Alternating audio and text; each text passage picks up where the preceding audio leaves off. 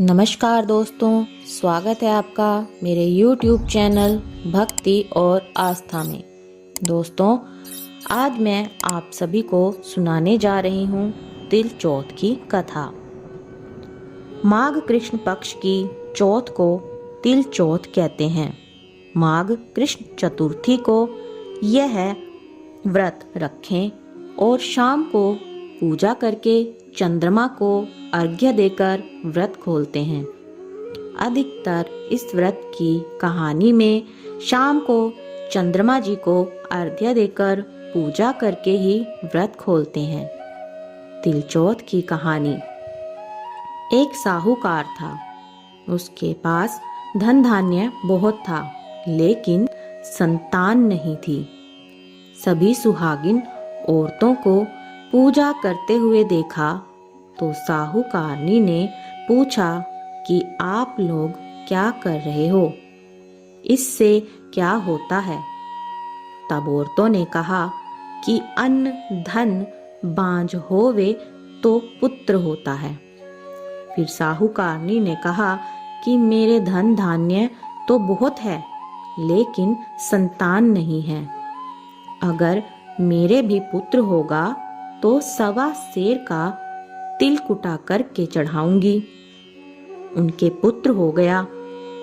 साहूकारनी तो 1.25 सेर का तिल कुटा चढ़ाना भूल गई।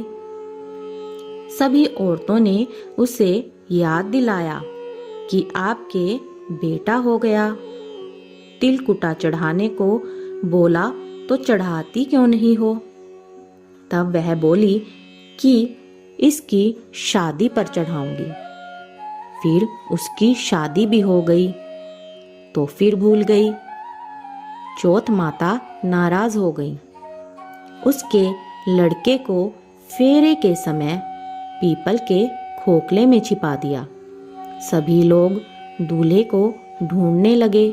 दूल्हा कहाँ गया, दूल्हा कहाँ गया। एक दिन वह लड़की पानी भरने आई। वह लड़का खोखले में से आवाज देता है, आओ मेरी 4 फेरे खाने वाली। तब वह बोली कि आप यहाँ आकर क्यों बैठे हो। मुझे तो चौथ माता ने लाकर बैठाया है। माँ को तिल कुटा चढ़ाने को बोल रखा था। माँ ने बोला हुआ तिल कुटा नहीं चढ़ाया, इसलिए चौथ माता नाराज होकर बैठाया है। मेरी माँ तिल कुटा चढ़ाएगी तो चौथ माता मुझे छोड़ेगी। वह लड़की घर जाकर अपनी माता को कहा। माँ ने जाकर अपनी बेटी की सासू जी से कहा कि वैवाहिन जी तिल कुटा चढ़ाने को बोला हुआ है। तब बेटे की माँ को याद आया और कहा, हे चौथ माता, मेरी भूल हो गई। अब मैं 1.25 मण का तिल कुटा चढ़ाऊंगी। जल्दी से तिल मंगवाकर तिल कुटा करके सिर पर ऊंचा करके लेकर गई और चौथ माता को चढ़ाया। फिर बेटे बहू को घर लेकर आई। हे चौथ माता, मेरा बेटा छुपाया।